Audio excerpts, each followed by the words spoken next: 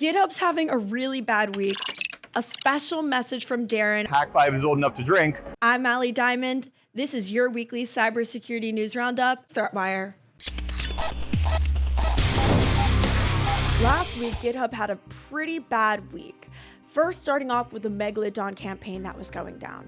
This campaign was originally spotted by the team at SafeDep, where they spotted base64 encoded bash payloads being quietly pushed into GitHub Action workflow files. They called it Megaldon because when the info stealer that they found sends the data it discovers back to the C2 server, it contains a string of the word Megaldon as a parameter.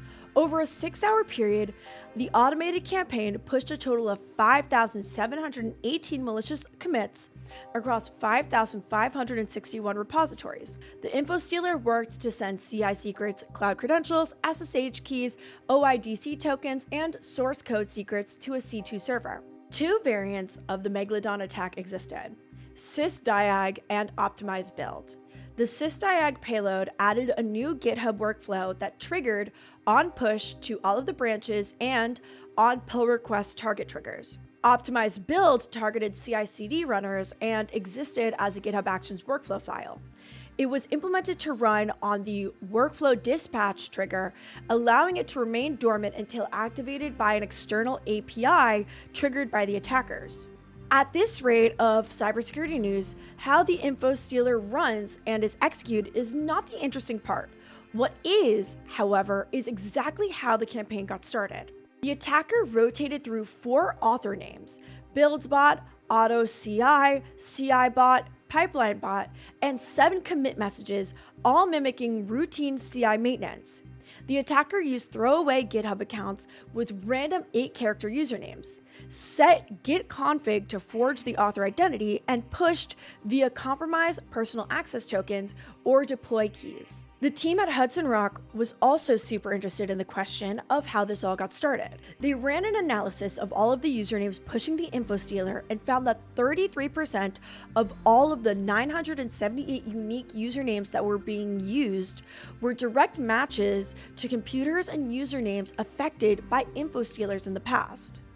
They actually believed that all of the usernames were affected in the past by info stealers, but there was not direct matches due to different configurations in usernames and changes in usernames, so causing an inconsistency. But they did find that email addresses were matches. When we ran this email address through the Hudson Rock database, we immediately identified a recent info stealer infection. This confirms a crucial hypothesis.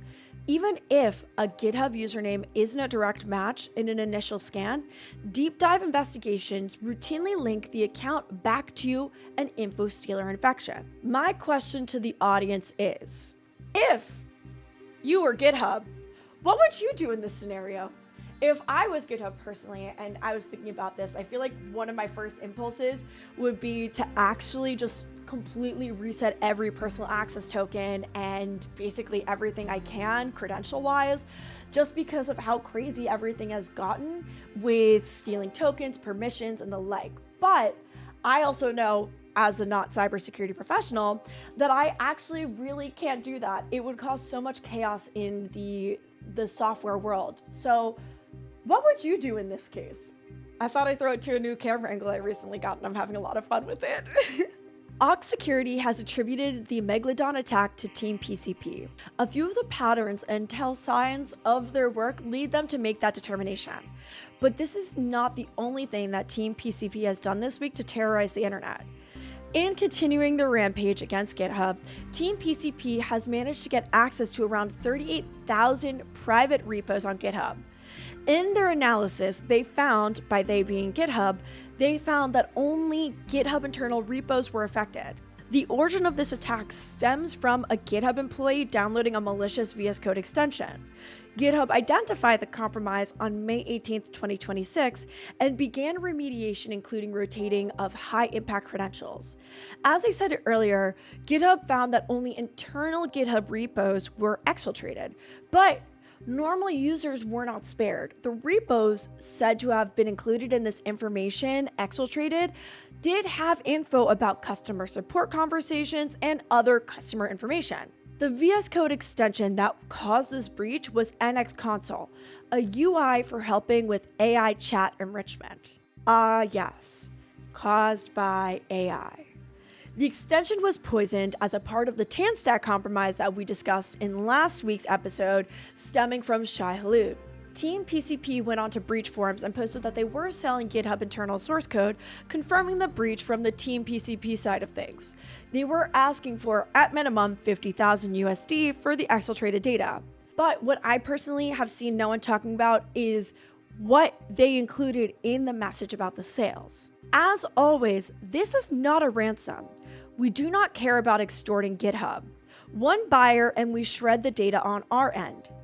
It looks like our retirement is soon, so if no buyer is found, we will leak it for free. If you are interested, send your offers to the communications below. We are not interested in under 50K. The best offer will get it. They're saying it themselves. Team PCP may be retiring soon, or at least they say they are. But just because the current reigning champions of NPM supply chain attacks may be retiring soon, that doesn't mean we can't stop talking about supply chain attacks. And we can't stop teaching developers to have a more discerning eye with package management. BSides news. Lachlan Davidson, the researcher who discovered React 2 Shell, released a blog post walking through how he discovered the 10.0 CVSS scored vulnerability.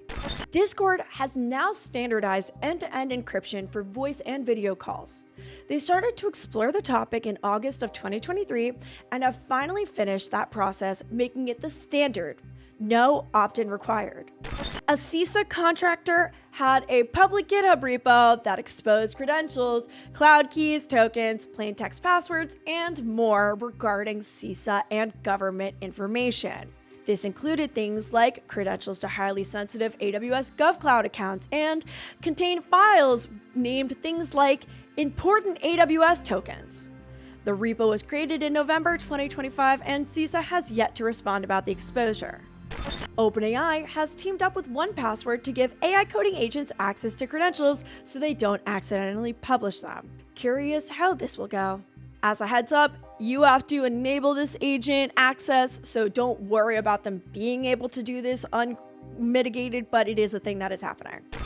Now, what you've all been waiting for, a special message from Darren. I'm Darren Kitchen here in Las Vegas, looking for some Wi-Fi, and you're watching Hack 5. And have been since 2005. I can't believe this. We just hit this major milestone and I wanted to say thank you. 1 million subscribers on YouTube. I don't think I ever could have imagined that when starting this almost 21 years ago, but we did it because of you guys. Thank you for making this happen. I really don't even think I could have fathomed 1 million subscribers. Literally, when YouTube first started, when we first started, all at the same time. Kind of amazing how much has changed in that time. It's been an honor to grow with you, and I speak for all Hack 5 members, current, past, future, just how grateful we are to have you as a community, as an audience. It is humbling, and I just want to say thank you. And I want to say, wow, look at that. Hit 1 million subscribers right before DEF CON 34, which is why I'm here in Las Vegas doing a bunch of logistics. As it turns out, on August 5th, the eve of DEF CON, Hack 5 turns 21. Yeah, wild to think Hack 5 is old enough to drink, so you should come and drink with Hack 5. hack5.org/RSVP to find the details. I hope to see you there in person. That would be incredible. If not, just virtually, know our immense gratitude. I'm so happy we've achieved this. Trust your technolist. Thank you so much for watching ThreatWire for the week of May 25th, 2025. If you enjoyed this show, please head over to our Patreon, patreon.com/ThreatWire, and go support us over there. If you also enjoyed the show, please be sure to like, comment, and subscribe, and be sure to share information and share this so we can keep our views going up as we continue to grow this channel. And again, thank you all so much for helping us get to that 1 million mark. It really means the world being one of the longest running channels on YouTube. If you want to find me online, you could find me everywhere at Ending with Ali. Thank you so much for watching, and remember, good luck, have fun, and don't get caught.